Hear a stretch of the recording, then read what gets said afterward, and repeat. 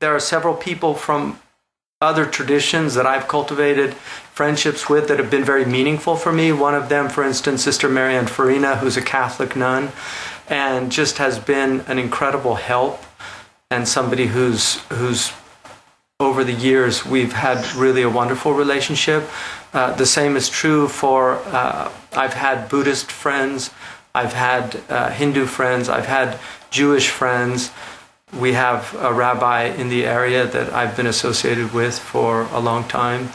So I think for me, it's very important for us within the religious traditions, especially people that have the tribulation of leadership, is to have good relations with other people, because if the leaders have good relationships with other faith communities, then it sets the standard for the people that look up to them. Whereas if they're denouncing, if they're attacking or criticizing other religious traditions, which very often happens in that type of populist approach to religion, the demagogues amongst the religious people, that ends up having a very corrosive effect on people's hearts and their inability to see other religions as having every right to be here. The great poet Hafiz said, if you knew that the whole world was a divine banquet and everybody had the same invitation from the Creator, how would you treat the other guests at the banquet? Well, one of the most influential people in my personal journey has been Imam al-Ghazali, and he has the concept of the wayfarer, that every human being is really a wayfarer. One of my favorite people in the modern period is Edith Stein, who said that anyone who is actively searching for the truth is actively searching for God, whether consciously or unconsciously. And that's actually a Ghazalian perspective. Imam al-Ghazali said that everybody who is searching for the truth, whether they find it before they die or not, will be saved. Because that is the purpose, really, of life, is to set out on this journey. And it's an epic journey. It has all of the trials and tribulations that go with the epic journey.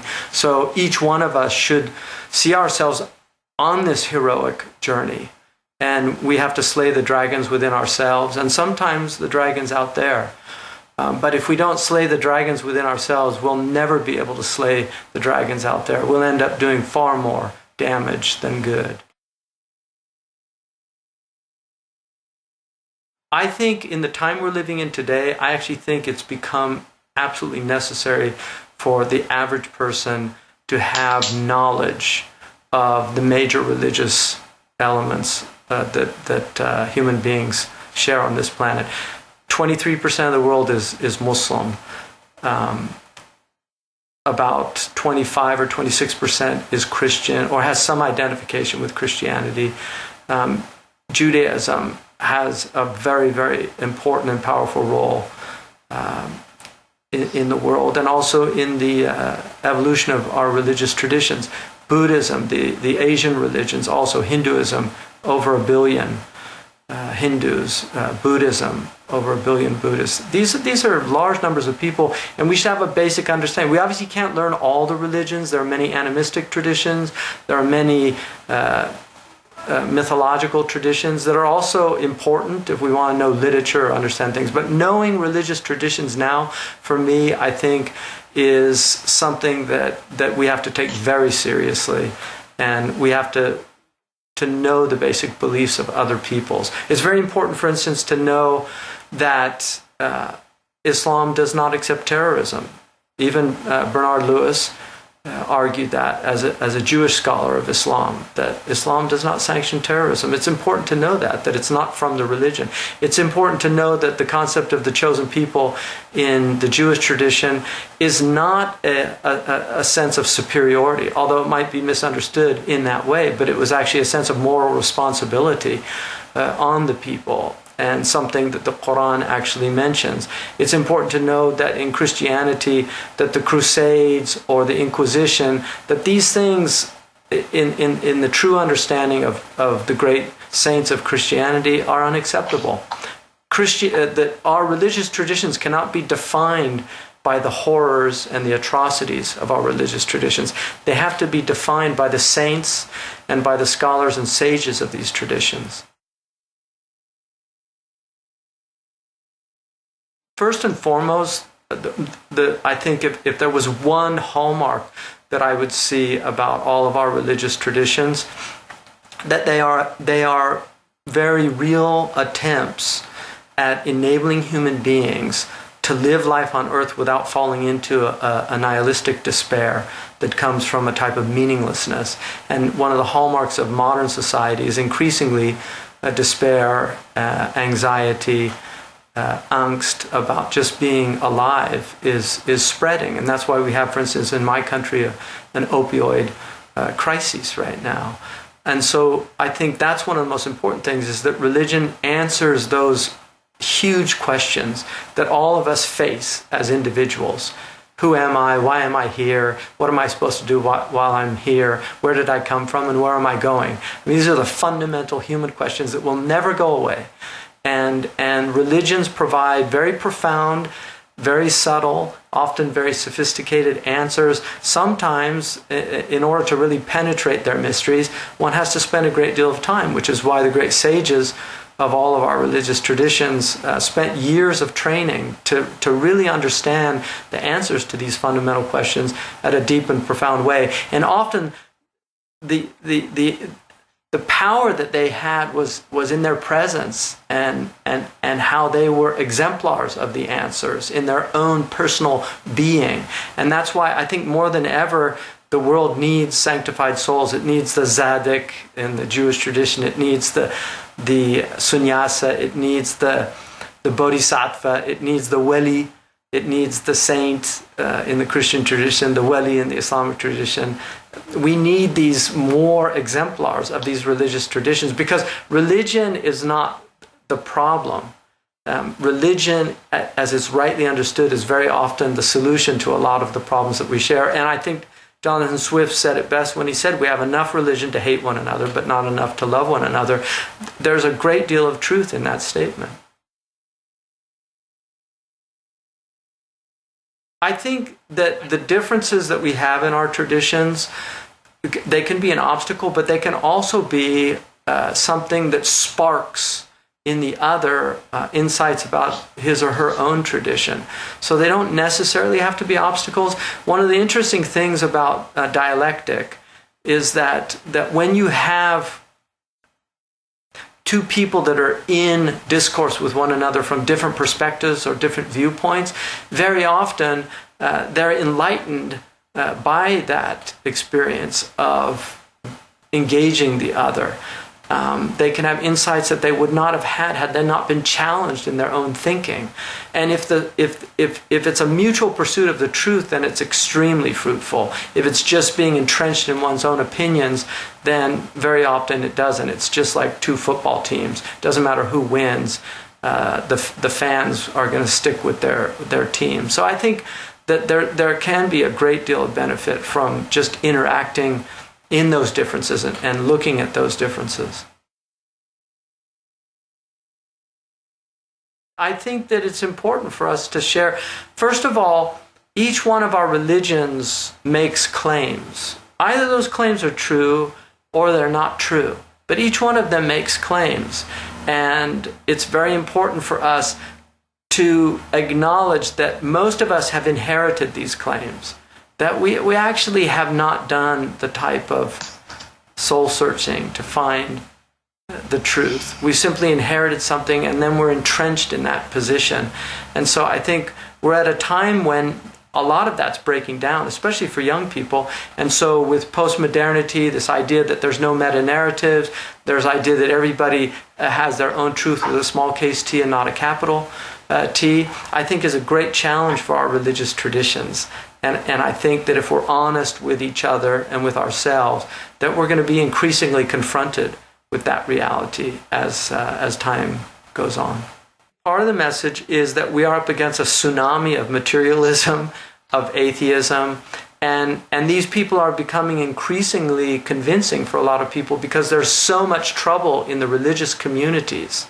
And so instead of seeing that we're natural allies, because the fundamental understanding of religious people is that life is not just material, it's not just quantitative, it's also qualitative.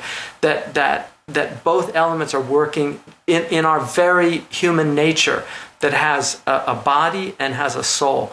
That just that acceptance, whether you're Jewish, whether you're Christian, whether you're Muslim, Buddhist, or Hindu, all of our major religions all accept that premise, that there is a spiritual dimension to the human being that is actually the single most important dimension to our being. And that if we ignore that to our soul's peril and to our well-being, our ability to flourish as human beings. So I think our natural alliances should really be recognized and should be highlighted and should be pursued. One of the things in the Islamic tradition, when the rain is withheld, we're supposed to do a communal prayer, and the Christians and the Jews are also encouraged to come out with the Muslims and pray with them, because all of us suffer when rain is withheld from us. And I think I've argued that in our current crisis right now, we should really have the attitude of Daniel.